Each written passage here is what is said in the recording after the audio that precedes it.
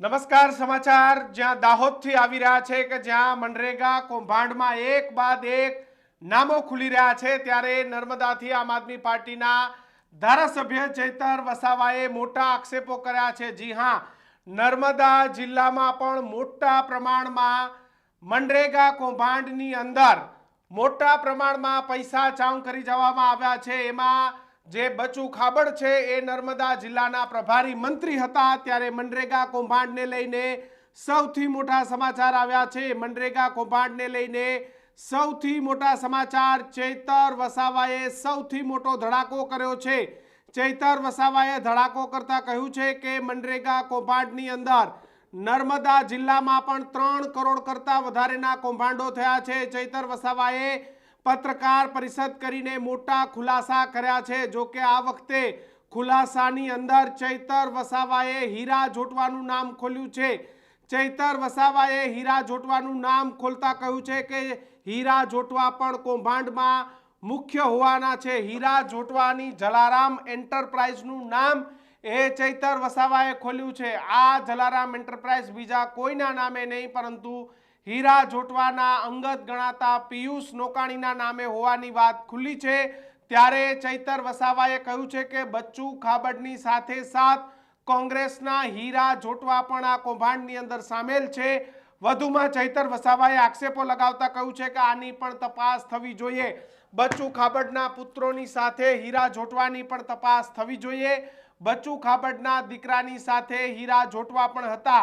Jalaram enterprise Narmada જિલ્લામાં બચ્ચુ ખાબડના ઇશારે જ કામ કરવા આવી હતી અને કરોડો રૂપિયાનું કૌભાંડ એ હીરા જોટવાના એ પણ કર્યું હોવાનો આક્ષેપ ચૈતર વસાવાએ કર્યો છે। ચૈતર વસાવાએ હીરા જોટવાનું નામ પણ આ કૌભાંડની અંદર ખુલ્યું છે। નર્મદા જિલ્લામાં 3 કરોડ કરતા વધારેના ભ્રષ્ટાચારનો આક્ષેપ ચૈતર વસાવાએ લગાડ્યો છે।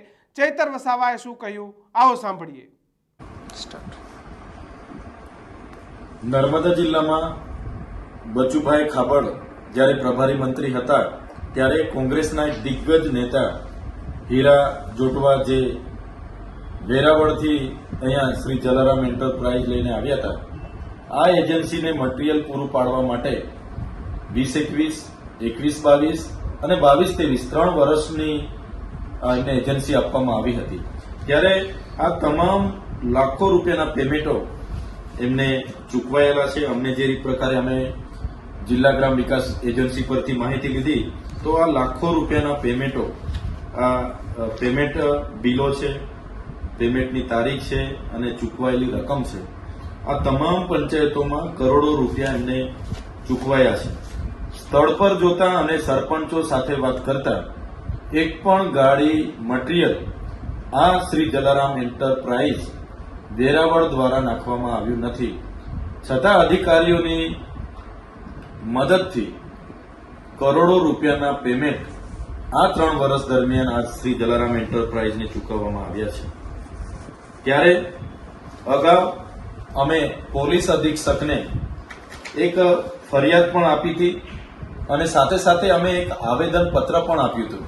ડેડિયાપાડાના 31 જેટલા સરપંચો અમારી સાથે આવ્યા હતા। ત્યાંના અહીંના તે વખતના ધારાસભ્ય મહેશભાઈ વસાવા પણ હતા, સાથે સાગબારાના સરપંચો પણ અમારી સાથે જે તે વખતે રજૂઆત કરવા આવ્યા। પરંતુ આ આવેદનપત્ર છે જે તે વખતે જે સરપંચોએ પોતે સહી સિક્કા કરીને આપેલા આવેદન છતાં બચુભાઈ ખાબડે પોતાનો સત્તાનો દુરુપયોગ કરીને અને હીરાભાઈ જોટવા પ્રદેશના દિગ્ગજ કોંગ્રેસના નેતા હોય એમણે પોતાના પાવરનો ઉપયોગ કરીને અહીં પોતાનું જમાવડો જમાવીને કરોડો રૂપિયા અહીંયા સેરવી લીધા છે।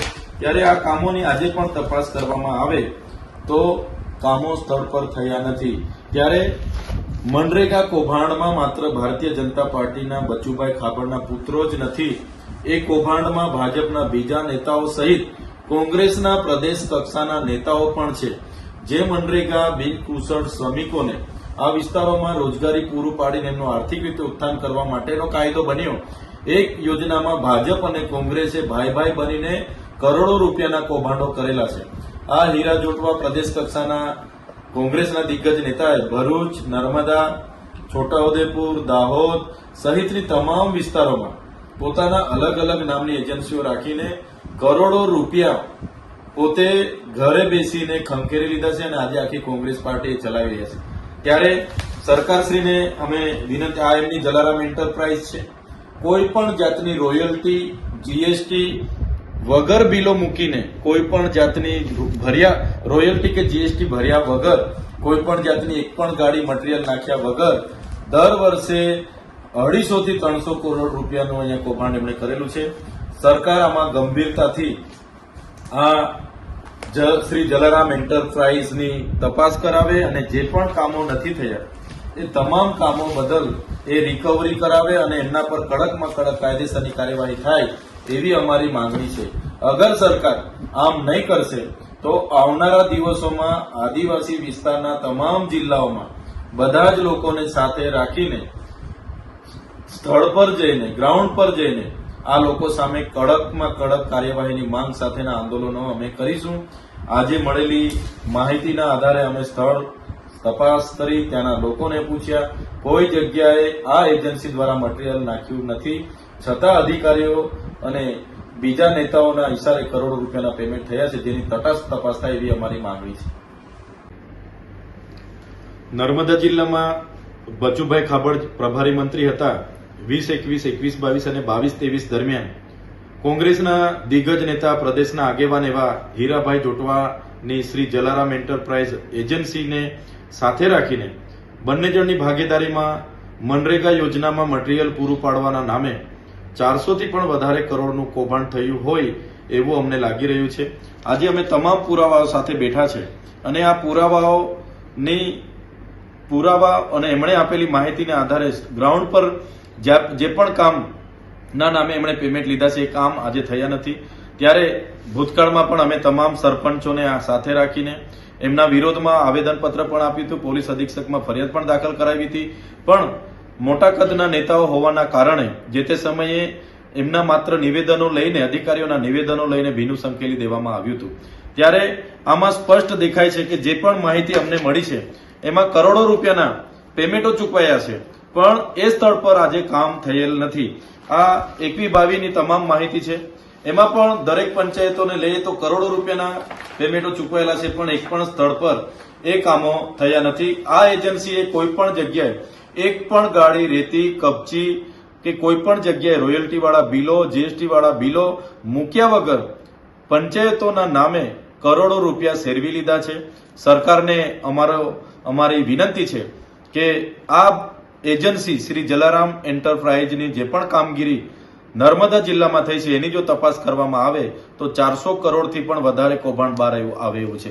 અત્યાર સુધી લોકોને માત્ર એવું હતું કે રાજ્ય સરકારના મંત્રી બચુભાઈ ખાબડ જ મનરેગા કૌભાંડમાં ઇન્વોલ્વ છે, પણ ટ્રાયબલ વિસ્તારના દાહોદ, ભરૂચ, છોટાઉદેપુર, નર્મદા, તાપી તમામ જિલ્લાઓમાં કોંગ્રેસના દિગ્ગજ નેતા એવા હીરા જોટવા એની પોતાની એજન્સીઓ અને ભાજપના લોકો સાથે મળીને ભાજપ કોંગ્રેસ ભાઈ સાથે મળીને કરોડોના કૌભાંડો કર્યા છે. આજે હીરા જોટવા આખી કોંગ્રેસ, અહીંના પૈસાઓથી આખી કોંગ્રેસ ચલાવી રહ્યા છે.